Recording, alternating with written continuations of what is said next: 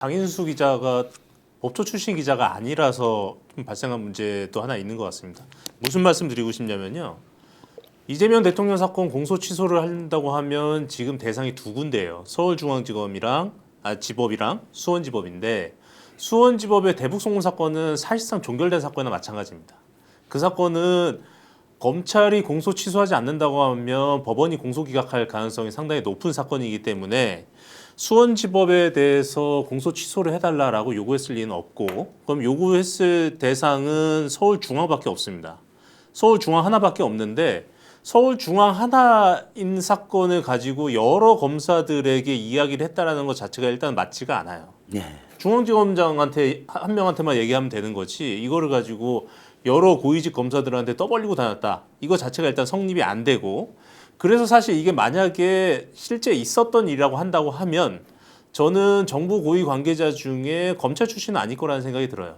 왜냐하면 구조를 전혀 모르는 사람이 한 행동입니다. 이 행동은. 예. 중앙지검장 한 명한테만 얘기하면 될 문제를 가지고 여러 고위 검사한테 얘기했다라는 것은 이 구조 자체를 모르는 사람이다라는 거고, 그렇다고 한다고 하면 이게 만약에 실제 있었던 일이라고 하면 이게 그냥 아주 가벼운 취지에서 야 공소 취소 좀 하자 뭐 이 정도 수준에 있었던 거를 해당 검사가 과대 포장해서 장인수한테 전달하지 않았을까 이런 생각이 하나 좀 들고요.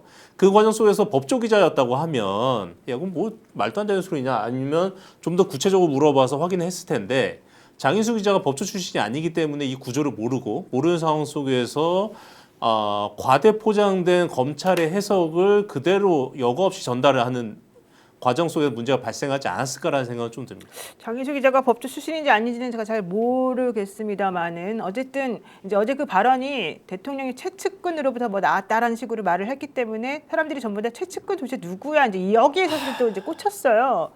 그래서 지금 곤란 지경에 빠진 게 이제 법무부입니다. 그래서 오늘 이 조상호 변호사하고 이 부장관, 비서관 그리고 이 정성호 법무부 장관이 이제 이런저런 얘기를 했습니다. 한번 일단 조상호 변호사 얘기부터 한번 들어보도록 하겠습니다. 네, 공소 취소 저도 사실 조상호 부장관한테 물어봤었거든요. 말도 안 되는 소리다 이제 이런 얘기를 사실은 했는데 어떻게 보셨습니까? 저 얘기에 대해서.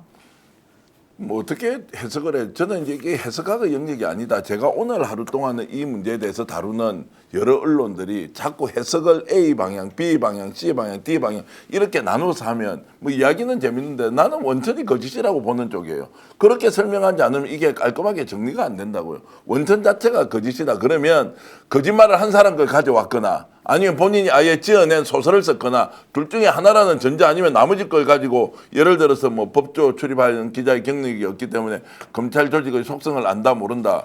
왜냐하면 조상호 변호사가 정책보좌관이 나와서 설명할 때도 본인도 뚜렷하게 할 말이 없어요. 왜냐하면 전제 조건은 이 말이 논리적 근거가 있다는 전제라면 해석이 좀 가능한데 논리적 근거가 저는 없다고 보는 거예요. 그러면 장인수 기자의 의도가 무엇인지는 뭐 검찰이 이 정도로 윤석열 지하에 있던 자들이 결국 이재명 대통령도 공격하려고 한다라는 것까지는 뭐 그거는 추론과 뭐 상상의 영역이니까 그럴 수 있다고 치고 그 전제가 공소 취소라는 것은 전제로 놓고 보면 아무도 이렇게 논리적으로 설명하기가 어려운 상황이어서 저는 원천이 거짓이거나 아니면 거짓을 누군가로 받아서 그냥 퍼뜨린 것에 불과하다고 저는 보는 겁니다.